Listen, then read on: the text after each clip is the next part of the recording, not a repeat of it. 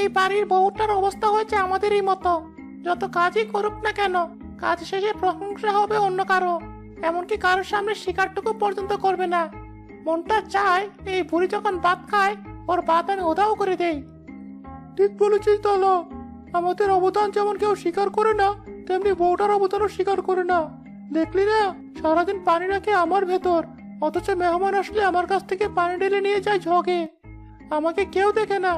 ওর গলা শুকিয়ে যখন আমার কাছে পানি খেতে আসে, আমারও মন চায় সব পানি ফুটো দিয়ে বের করে দেই। তুই আমার কথাটাই ভেবে দেখ, সারা বছর খাবার খায় আমাকে দিয়ে, অথচ মেহমান আসলে এই মাটির থালাটা ওদের দিতে লজ্জা পায়। তখন তারা বের করে যত্ন করে তুলে রাখে কাঁসার বাসন।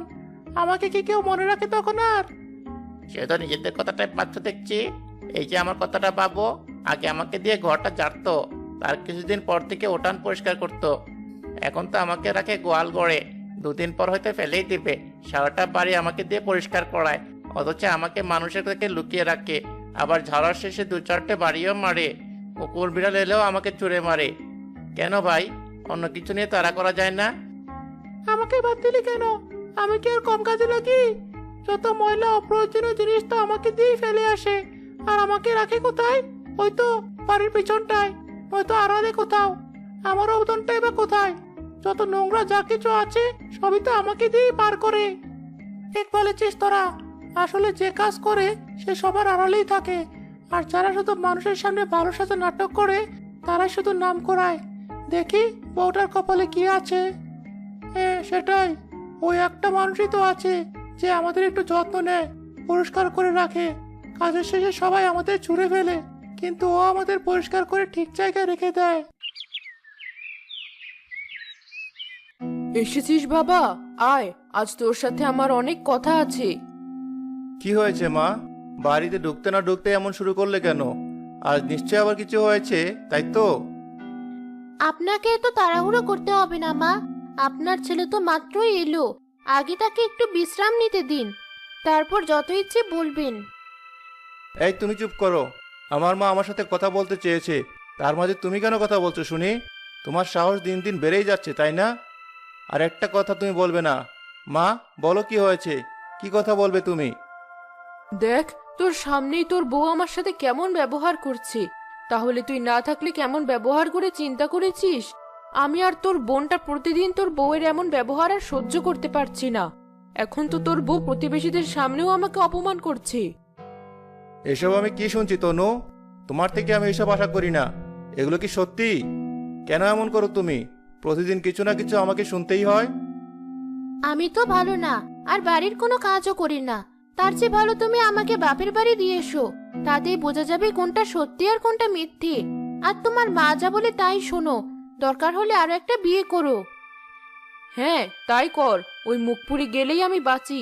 ওর চেয়ে ঢের সুন্দরী দেখে বড়লোক ঘরে আমি বিয়ে দেব তোকে। কাজ জানা, আদব কায়দা জানা মেয়ে দেখেই আনবো আমি, যে আমাদের অনেক যত্ন করবে, সম্মান করবে। মা, আমি ওকে কাল ওর বাপের বাড়ি দিয়ে আসবো। তুমি এবার থামো। আর আমার বিয়ে নিয়ে তোমাকে ভাবতে হবে না। আমি আর বিয়ে করব না। বিয়ের শখ আমার মিটে গেছে। হ্যাঁ তা তো করবি না, তোকে তো তাবিজ করেছে ওই মেয়ে, পানি পড়া খাইয়েছে তোকে, এজন্য আর মায়ের কথা শুনছিস না। না মা, আপনি একটু ভুল বলছেন। তাবিজ করার দরকার হলে আগে আপনাকেই করতাম, যেন আমার পিছনে আর পড়ে না থাকেন। সেটাই যখন পারেনি, এটা করে আর অযথা সময় নষ্ট কেন করব?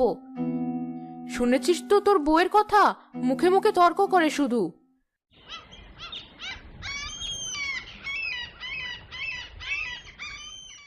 পরদিন সকালে তনু বাপের বাড়ি চলে যায়। মা, আমার জন্য একটু মুড়ি মাখার চা করে দিয়ে যাও তো। আমার খুব শীত লাগছে, বাইরে বের হতে পারবো না।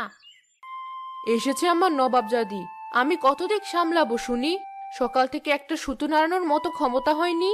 আমাকে ফরমাইশ খাটাস কিভাবে? একটু তো কাজে সাহায্য করতে পারিস। আমার বুঝি শীত নেই? কেন মা, তুমি তো আমাকে শিখিয়েছো যেন নিজে কোনো কাজে হাত না দেই, যা দরকার জন্য ভাবিকেই বলি। এখন তো ভাবি নেই, তাহলে তুমি করবে। ভাবিরও তো শীত লাগতো, ভাবি তো ঠিকই কাজ করতো। কি যে ভুল করেছি তা তো এখন বুঝতে পারছি। তখন যদি বউটাকে একটু সাহায্য করতাম, তাহলে এখন আর একা সব কাজ করতে হতো না। তুমিই তো ভাইকে বলে ভাবিকে বাপের বাড়ি পাঠালে, এখন পারলে ভাবিকে বাড়িতে ফিরিয়ে নিয়ে এসো। আর এখন থেকে আমরা দুজনেই ভাবিকে কাজে সাহায্য করব। হ্যাঁ, ঠিক বলেছিস। আজই আমি শফিককে বলবো বৌমাকে বাড়ি ফিরিয়ে নিয়ে আসতে। শাশুড়ি তার ছেলেকে বলে পরের দিনই বৌমাকে বাড়ি নিয়ে আসে। আমাকে ক্ষমা করো মা, আমি বুঝতে পারিনি তোমাকে। আমার তোমাকে সব কাজে সাহায্য করা উচিত ছিল। হ্যাঁ ভাবি, আমিও এখন থেকে তোমাকে সাহায্য করব, আর তোমাকে ফরমাইশ করব না।